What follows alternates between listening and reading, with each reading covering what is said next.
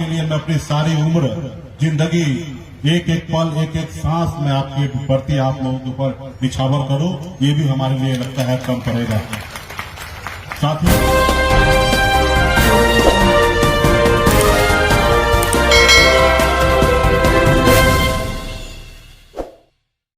लोग कहते हैं ना, अपने दिल से जानो पराये दिल का हाल। आप खुद एहसास कीजिए कि आप क्या है, कितना कष्ट है।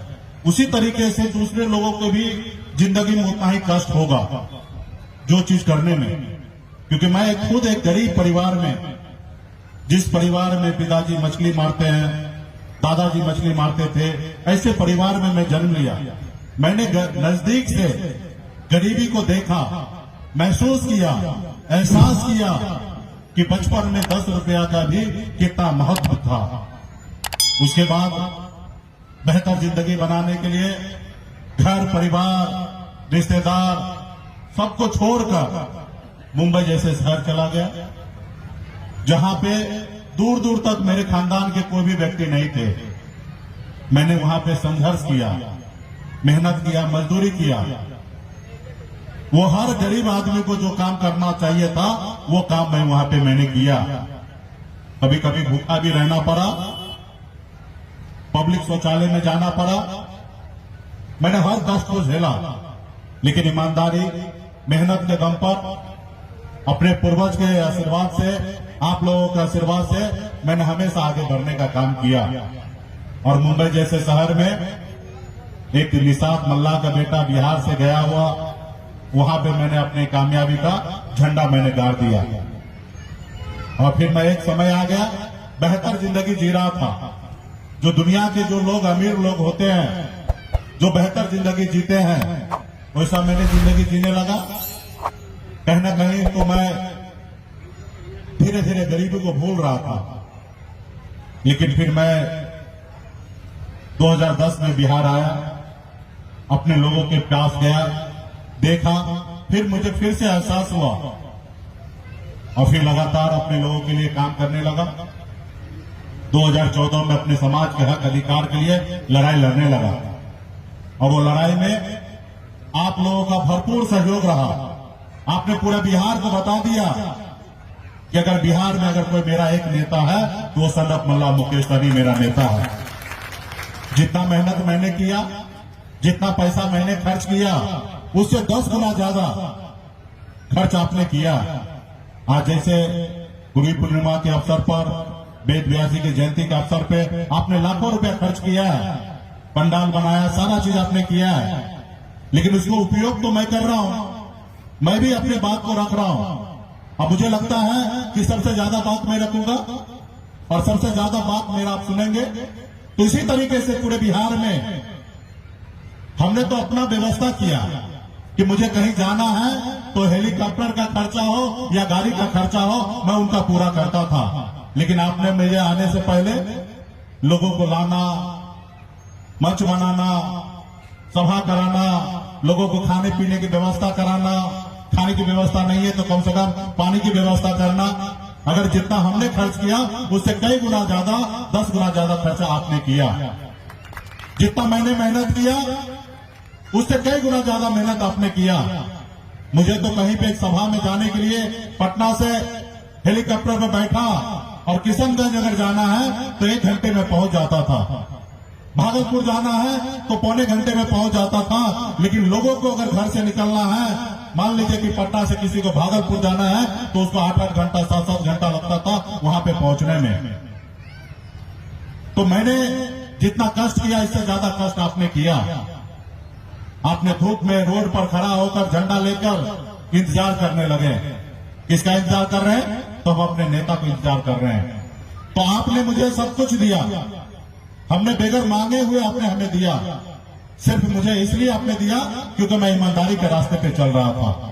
आपको यकीन हो गया कि एक सच्चा नेता हमारा सनत मल्ला मुकेश सहनी है। और मैंने भी वही किया, एक ईमानदारी के रास्ते पे चलकर पहले मैंने अपने आप को साबित किया कि मैं आपके नेता बनने लायक हूं, मैं ईमानदार हूं, मैं जो कहता हूं उस पर मैं अड़िग रहता हूं, अटल रहता हूं। और आपने भी मुझे सपोर्ट किया। हम सब मिलकर लड़ाई लड़कर बिहार 2020 में हम लोगों ने सरकार बनाया।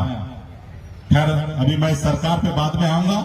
पहले तो मैं आप सभी को पहले कहूंगा कि सबसे पहले, और सभी साथी ने मंच पर ये बात को दोहराया कि अपने बच्चों को पढ़ाइए लिखाइए और काबिल बनाइए।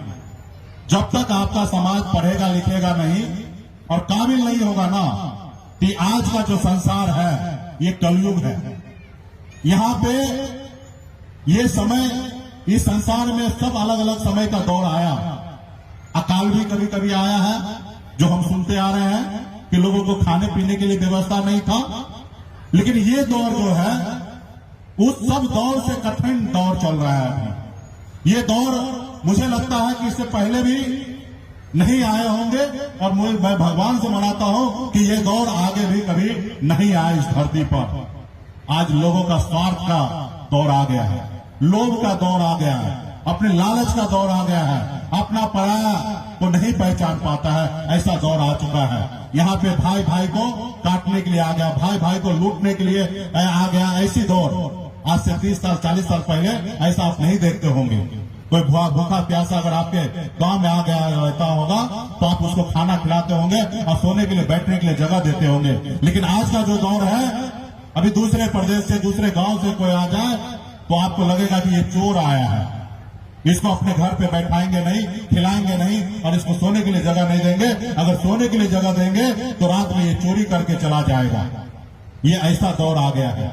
इस दौर में आपको सबसे पहले अपने बच्चे को पढ़ाना लिखाना है और उसको काबिल बनाना है। अगर बच्चा पढ़ेगा लिखेगा नहीं तो समझिए इस संसार में आपके पास 2 आंख है, और ये आंख देखने के लिए है, अच्छा बुरा सब चीज देख रहा है। लेकिन इस संसार में कोई लिखा हुआ चीज है, उसको पढ़ने की बात हो, अगर उसके पास मान लीजिए आंख नहीं है, अंधा है, तो नहीं पढ़ पाएगा। लेकिन आपके पास आंख रहते हुए आप नहीं पढ़े लिखे हैं और कोई पेपर आ जाए तो उसको आप नहीं पढ़ पाइएगा। एक नई आंख रहने वाला लोग ना पढ़ पाए तो समझ में आता है, लेकिन आपके पास आंख रहते हुए आप पढ़े लिखे नहीं है तो उस पेपर को नहीं पढ़ सकते हैं। इतना जरूरी है आज की तारीख में, आंख से भी ज्यादा जरूरी है कि आप पढ़े लिखे हो। इसलिए अपने बच्चे को पढ़ाइए लिखाइए। आज माँ बाप ने हमें थोड़ा शिक्षा नहीं दिया रहता तो आज इतना बड़ा जगह पे मैं नहीं पहुंचता। तो आज इसलिए आपको भी सपना है कि मुकेश सहनी की जगह हमारे प्रिय बेटा पहुंचे, तो उससे पहले जरूरी है कि उस बच्चे को पढ़ाना। आज नहीं पढ़ा लिखा है तो मिनिमम काम करता है, मिट्टी काटने का काम करेगा, मछली मारने का काम करेगा, 300-400 रुपया रोज पे काम करेगा, 10,000-12,000 रुपया महीने पे काम करेगा और बहुत कठिनाई के साथ काम करेगा, बहुत परेशानी के साथ काम करेगा।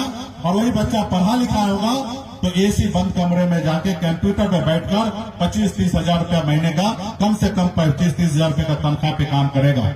आप बताइए, जो 30 हजार रुपया महीना कमाने वाला है उसको भी खाने के लिए चावल रोटी चाहिए, और चावल रोटी चाहे वो गरीब हो या अमीर हो, दोनों के लिए एक ही रेट है। और गरीब है वो 8,000 रुपया महीना कमाने वाला है, उसको भी चावल रोटी उतना ही खाना है। और मुझे तो लगता है जो ज्यादा मेहनत करते हैं उनको ज्यादा खाने की आवश्यकता पड़ता है, जो बंद कमरे एसी में बैठ के काम करता उनको खाने की कम आवश्यकता गिरता है क्योंकि उसका पछता नहीं है। और जो बहुत मेहनत करते हैं, परिश्रम करते हैं, उनको भोजन की ज्यादा आवश्यकता पड़ता है। जबकि गरीब और अमीर दोनों को ये रेट एक ही है।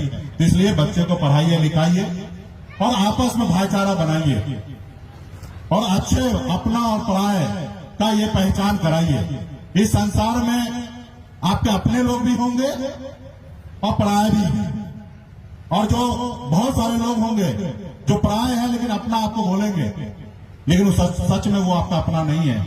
उसको अगर मौका मिले तो आपके शरीर से खून निकालकर मार्केट में बेच देगा। आज ऐसे लोग भी आपके पास है।